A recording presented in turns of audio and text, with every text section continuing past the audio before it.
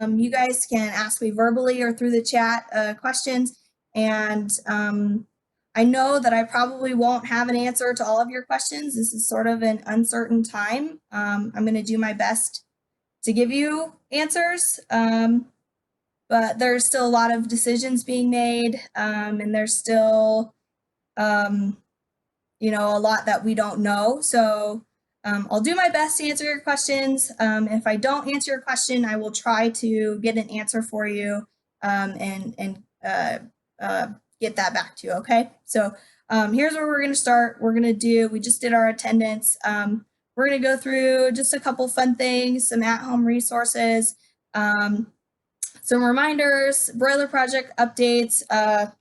We're going to talk about horse and dog practices, YQCA, weigh-ins and tagging. June 1st, which was previously our May 15th deadline, so we'll talk about that a little bit. We'll talk about 4-H club meetings, and then we're going to talk about a couple new opportunities for county fair, and then we'll have time for questions, okay? Let's see if I can get the next page to go. There, I got it. Oh. Okay.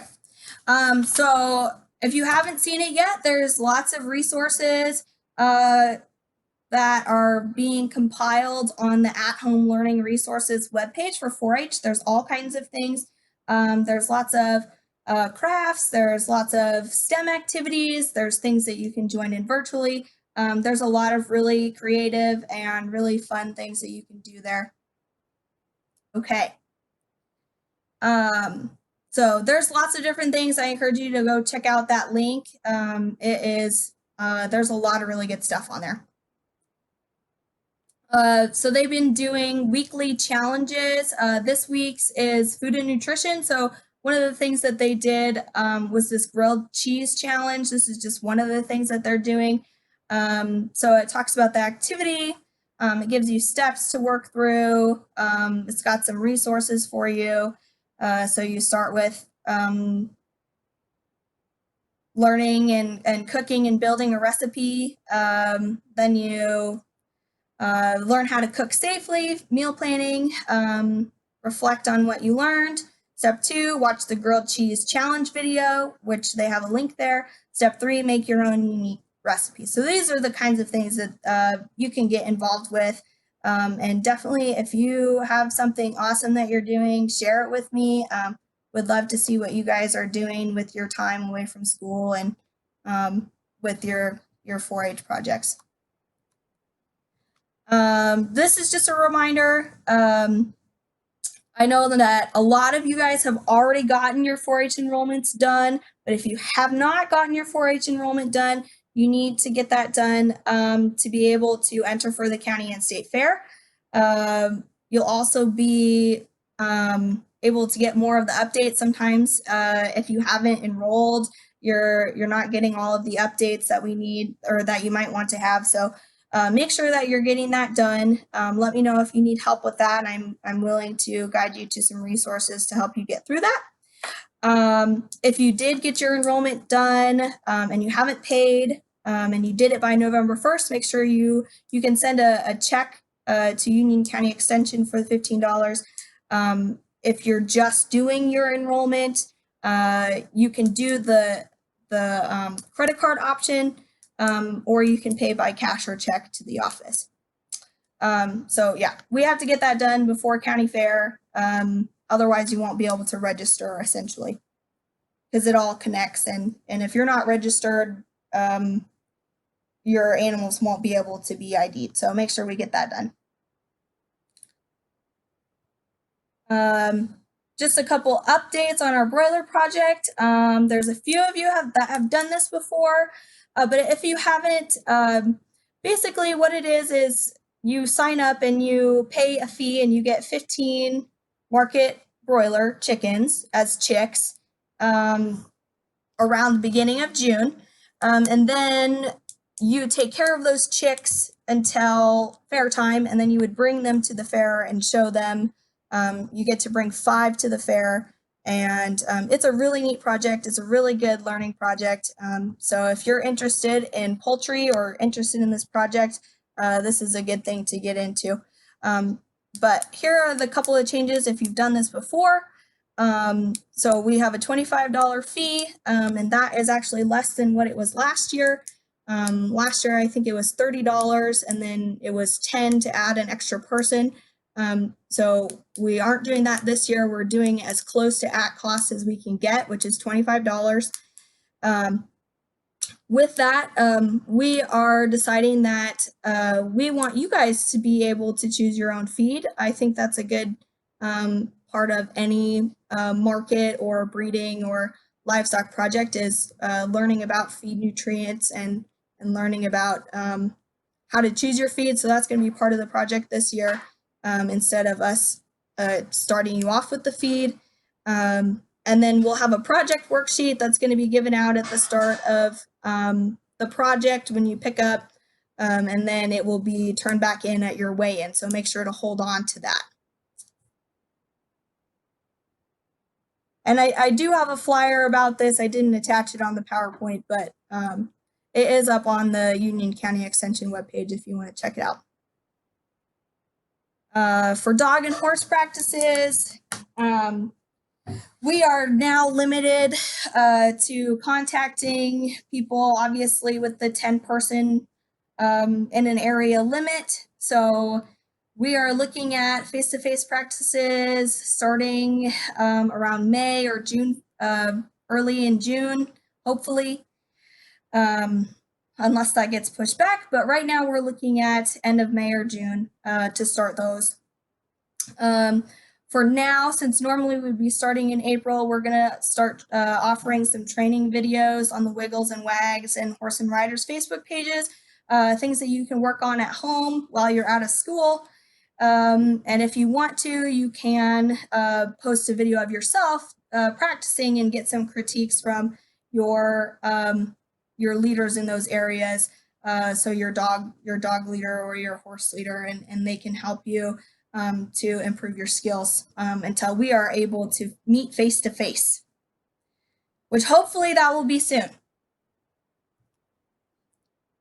I know a lot of people are wondering about YQCA.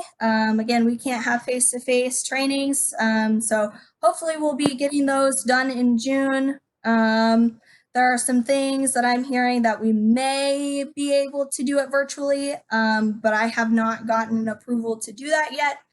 So right now, still looking at June, but if things change and we are able to do a virtual experience, then I will get that information out to everybody.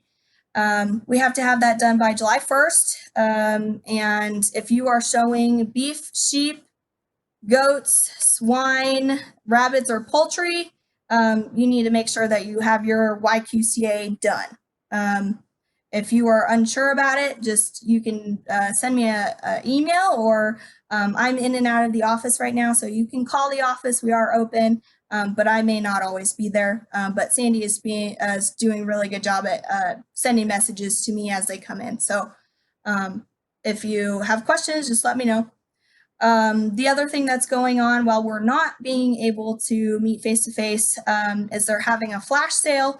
And it's going to be reduced 25%. Normally it costs $12 to do the online training, and they have reduced it to $9. And basically they're saying that you can purchase this coupon and use it during the month of April. Let's see, oh, doesn't want to go to the next page.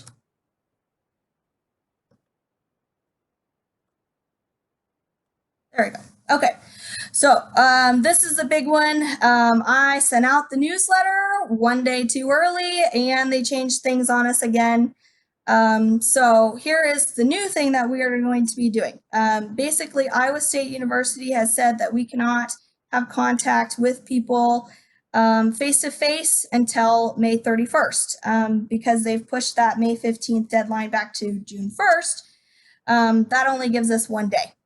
So we are not going to be having weigh-in or an ID day. We have to cancel them. So the new process that's going to look like is similar to what we were doing before. However, the 4-H online ID is going to be more put into our family's hands.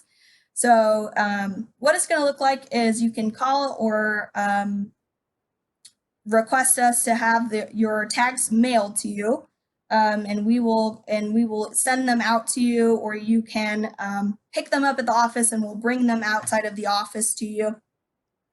You're going to take those tags and tag the ear of your animal. We'll send the normal paperwork like we always do, and you can either drop that back by the office in our Dropbox or mailbox, or you can scan it and email it back to me. I am going to need that in hand by June 1st, though, so make sure that you have that paperwork to the office by June 1st. Then once you've got that done, you'll enter in, while you have your paperwork as well, you can enter your animals. Because we aren't going to have ID days, they have put in essentially picture spots that we can upload pictures into 4-H online.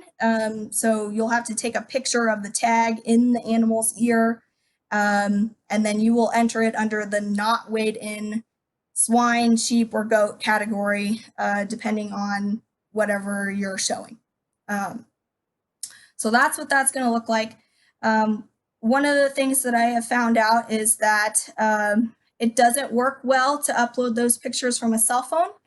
So if you have the capability, you can email those pictures to yourself, so you can get on a laptop or a desktop, and then add the pictures to a profile from there. Or if you really need help, I am willing to get those pictures on there for you. So just email those to me and I will help you get them uploaded. I will be very tight on time on June 1st. So please, please, please do not wait until June 1st to get that done. I would appreciate it if you could get those things to me ahead of time, so I am not up until midnight trying to enter people's pictures for them. Michaela, is that good for State Fair then too? Sorry, say that again. Is that good for State Fair then too? Yes, so that's all what that's we needed do for everything. And on the next page, it kind of tells us the process of what that's going to look like. I personally am going to recommend you have your tags picked up by May 15th. That way you still have time to tag your animals, get your paperwork in, get the ID done. I can double check it and make sure everything's correct and there's no typos. I am recommending you do not wait till June 1st. Do it as soon as you've got it, and then you know you've got it done. So here's what it's going to look like for all of our market sheep and goats. You're going to need to take a picture of the tag in the animal's ear. You'll upload that picture into the individual animal profile in 4-H Online.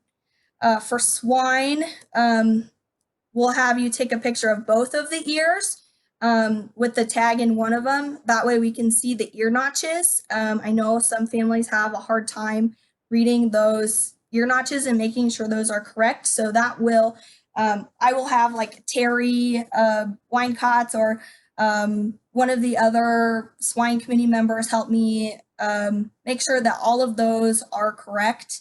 And that way we don't have mistakes, especially when we get into, State Fair. We don't want anybody to not be able to show because their notches weren't read correctly. So that'll be a big thing. Just if you take a good picture of both the ears and then put those in their animal profile. For swine for State Fair, normally we do those DNA tags. This year it's actually a little different, but similar. We're still doing a DNA sample. It's just not connected to a tag. So you will take the DNA punch, and then there will be like a little hole in the ear. And after the hole is in the ear, you can insert the tag into the same hole if you want to. I know that might be hard on a wriggling pig, so if you're not able to, that's okay. But just for aesthetic, you can insert that tag into the hole that you make with the DNA punch if you want to. When normally we have those envelopes, so the envelopes will have a place to put the number of the DNA punch and the tag number. So you want to put the tag number right next to the punch number. And then you're going to want to put those in the state fair envelope and bring them back. And I will double check and make sure all of those punches look good to go. And then I will send them on up to Mike Anderson at the state fair. And normally we would do sheep and goat retinal scans. They are right now trying to figure out what they're going to do because we are limiting, they're limiting us in being able to contact people until May 31st. So obviously we're not going to be able to make and do retinal scans in one day. So I'm waiting to hear back what their plan is. I'm not sure what they're planning to do. So stay tuned. When I have that information, I will share that out.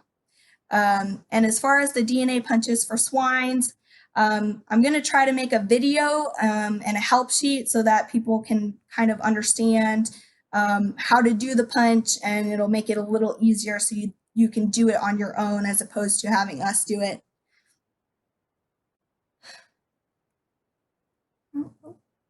Let's see, page. There it goes. It might be helpful too, Michaela, if you gave a what the pictures should look like and what they shouldn't example. Yeah, I'm gonna try to put together some sort of a help sheet so that we can get this so that everybody knows what all of the steps are to get those swine ID'd for the state fair. And if we have a different process for our sheep and goats, then I may make a video to do that as well. I don't know what they're wanting to do for that, but when I know, I will send that out.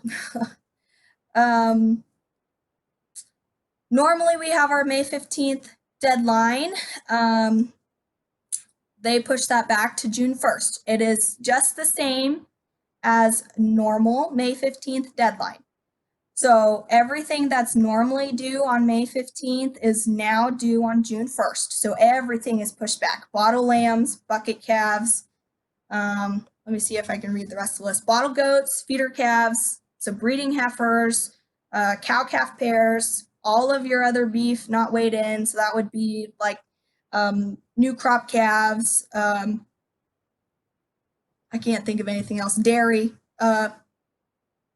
You're going to want to put your breeding sheep and goats in there, your swine, your market sheep and goats, dogs, horses, all of that has to be done on June 1st. The only exception for animals is rabbits, poultry, and pets. Those ones have an extended deadline of July 1st, and that's what it normally is. Make sure you're double checking all of those fields. You want to make sure that if it is a female, I think normally on the profiles, it's just set by default on male. So make sure if you've got a female to definitely check and make sure it says female. Make sure your description is correct. If you've got hogs, make sure you're saying it's a belted hog, black belted hog, blue butt, whatever, spotted, whatever the pattern, make sure that's correct. We're not going to have weights. That was just copied and pasted in there. Sorry about that. Their tag number, double check and make sure you don't have typos for the tag number. And I am going to go through and double check all of these too. That way we just have two sets of eyes and we can make sure that things are looking good. So, and also double check your ear notches. The other thing that sometimes gets missed is those DNA or retinal scan buttons. There's like a little square up at the top. Double check that is correct and is clicked if you do have a DNA tag punch, or you do have a sheep or goat that's going to be identified for the state fair. Whether that's going to be a retinal scan or not, I'm not sure. But double check that little box is clicked.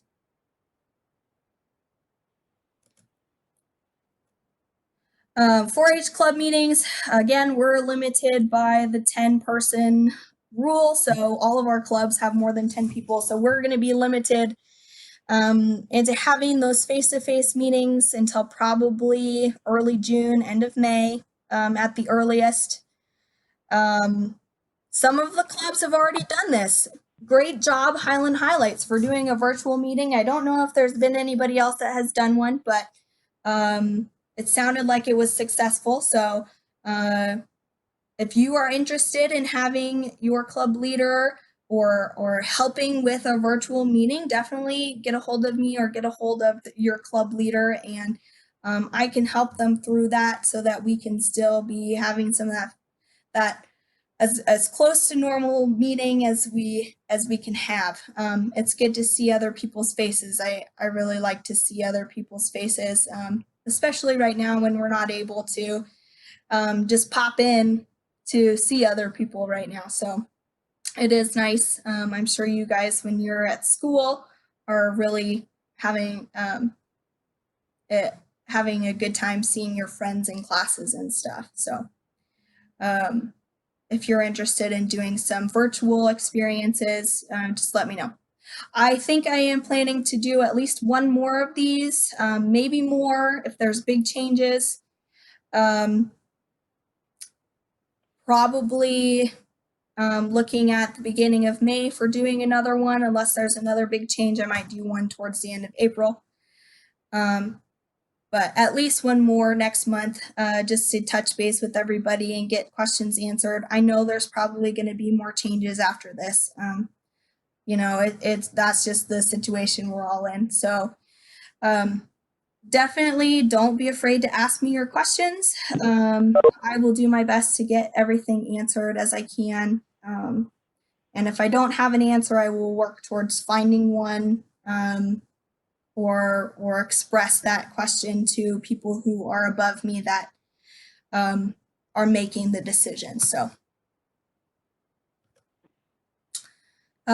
one of the really cool new opportunities we've got for County Fair this year is Clover kids are going to be able to, and this is just third grade Clover kids, are going to be able to show one poultry or one rabbit at the county fair this year, and they're going to be able to keep them at the fair just like kids do with their bottle goats and bottle lambs and bottle calves. So very similar to that project, just with our rabbits or poultry.